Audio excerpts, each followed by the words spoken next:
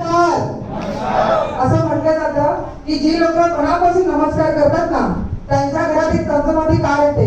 काय सगळ्यांना आवडेल कार घ्यायला? आवडेल का? आणि मी असं कुठे ऐकलं आहे की जे लोक उत्साही असतात ना जरा खुर्चीला टेकून न बसता जरा पुढे बसतात ना त्यांच्या घरात लक्ष्मी येते. तर तुमच्या जोरदार टाळ्या होते.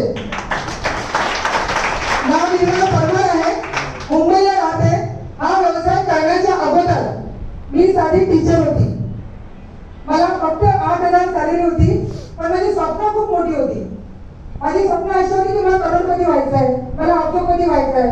पण देव पण कानात बोला बाबा तुला जर अब्जोपती व्हायचं आहे तर 2 हात 2 पाय आणि एक मेंदू दिलाय 35 ग्रामचा त्याचा वापर केला तर 2025 मध्ये तू पण निर्मला परमार करोडपती होऊ शकतेस. बरोबर ना? जोरदार टाळ्या. तर हा व्यवसाय म्हणत असं की आपल्याला जर गरज असेल तर देव पण आपल्याला सापडतो. तसंच मला माझ्या आयुष्यामध्ये आमच्या कंपनीचे डायमंड लीडर संतोष कुमार सिंग सरांनी मला प्लॅन दिला आणि तो प्लॅन नंतर सांगते. तो प्लॅन मी आत्मसात केला कारण मला गरज होती. इथे बरेचसे लोक बसले आहेत, काही लोक उठून पण गेली. का? सध्या चाललंय ना, अर्धी भाकरी खातोय ना, मग काय प्रॉब्लेम आहे, नंतर बघूया ना. मी तर आयुष्यात एकच सांगते, नंतर ना नेहमी अंतर. जे काय करायचं ते आज करूया. हॅलो. आणि त्यामुळे काय झालं, या 5 नोव्हेंबर मला बर्थडे होता, आता येणार आहे बर्थडे माझा. 5 नोव्हेंबर 2019 ला मी हा बिझनेस स्टार्ट केला आणि इतकी लेडीज आहे. बिझनेस स्टार्ट केला, शाळेमध्ये टीचर होती आणि तर मी बिझनेस स्टार्ट केला. माझे मिस्टर आता मोठी स्टोरी आहे, 25 लाखाचे कर्जात होते, पुण्याला होते. मी स्टार्ट केल्याबरोबर त्यांनी अगोदर विचारलं शाळेचं काम चाललं नाही का बरोबर.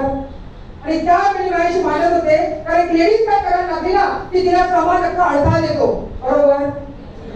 त्याच्यानंतर काय झालं, 20 मार्च 2020 ला करोना आला. मी कुठेतरी काहीतरी गिर करून ठेवली ना त्याचा उपयोग झाला. माझ्या मिस्टरांचं काम बंद पडलं पण माझं चालू होतं. आणि हेच करता करता माझं एक स्वप्न होतं. त्यावेळी मी बोलणार नाही त्या मोठे लिडरकडे, त्यांना पण आपलं ऐकायचं आहे. माझं एकच स्वप्न होतं आयुष्यामध्ये. माझी एक मुलगी आहे, आज 25 वर्षाची झाली आहे. मला तिला डॉक्टर बनवायचं होतं आणि अशी कंडिशन की करोनामध्ये की 20,000 कॉलेजची फी भरायला सुद्धा पैसे नव्हते. खरंच आमचे सगळे लीडर्स मध्ये ऐकतात या पवित्र जागेवर आम्ही नेहमी खरं बोलतो. तर तुम्हाला असं वाटत असेल की बाबा ही 2 करोड मॅच झाले की नाही, की माझ्याकडे एक छोटासा मोबाईल आहे त्याच्यामध्ये जन्म कुंडली नाही आणाली.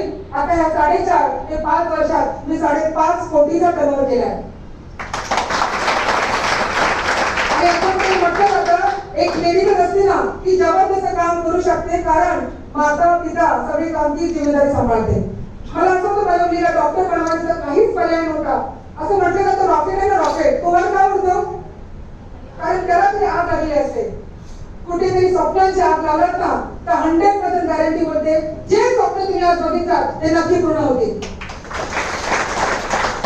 खूप काम करत गेले. पहिल्या दिवशी 2,80,000 घेतले कारण गरज होती. मी नेहमी एकच सांगते, एक भात शिजवायचं असेल ना त्याला सुद्धा प्रेशर आणि आग लागते, त्याशिवाय तो शिजत नाही. आपल्याला त्याचं स्वप्न पूर्ण करायचे आणि कोणताच व्यवसाय तो 0 इन्व्हेस्टमेंट करायचा आहे. हॅलो. बाहेर एक वडापावची गाडी लागते ना आपल्या मुंबईला 2 लाख रुपये लागतात. एक 0 इन्व्हेस्टमेंट मध्ये स्वतःची वस्ती सुरुवात करून त्या करायचं त्याचं चांगलं आहे की नाही, चांगलं आहे की नाही. मी हा व्यवसाय केला, शिकत केला.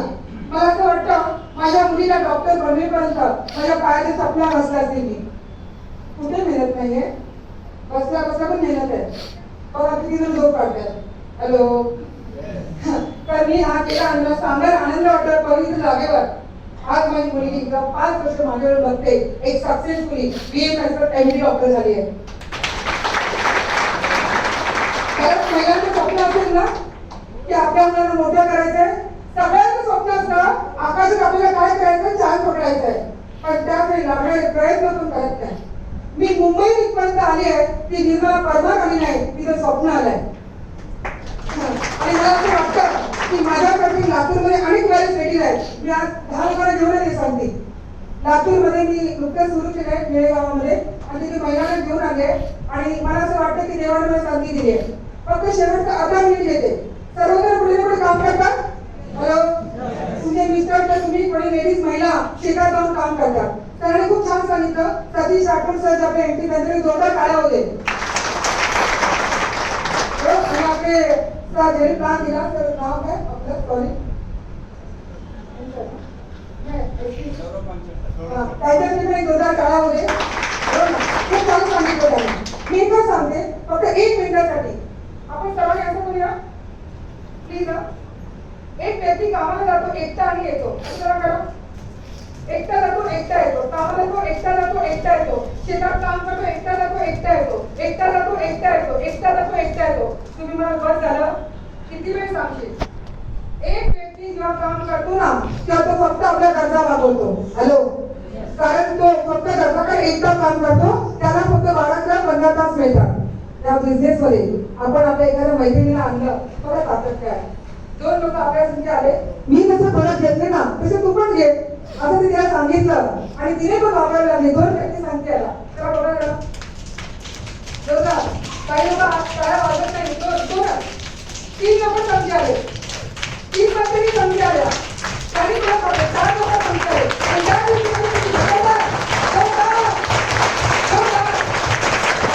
जिसने बनाई टीम, हेलो, जिसने बनाई टीम उसके पूरे में टीम.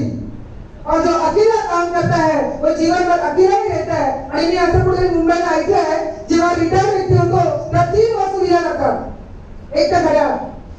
तुझ्या आयुष्यातली 30 ते 40 वर्ष तू वाया घालवलीस, आता घड्याळमध्ये बस.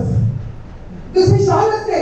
आयुष्यामध्ये तुला कळलं नाही. तुला अनेक लोक सांगायला आली होती की हे काहीतरी कर पण तू ऐकलं नाहीस. आता थंडी लागली हेच खराब झाले म्हणून शॉल घे. आणि तिसरी एक गोष्ट दिली जाते तो म्हणजे नारळ.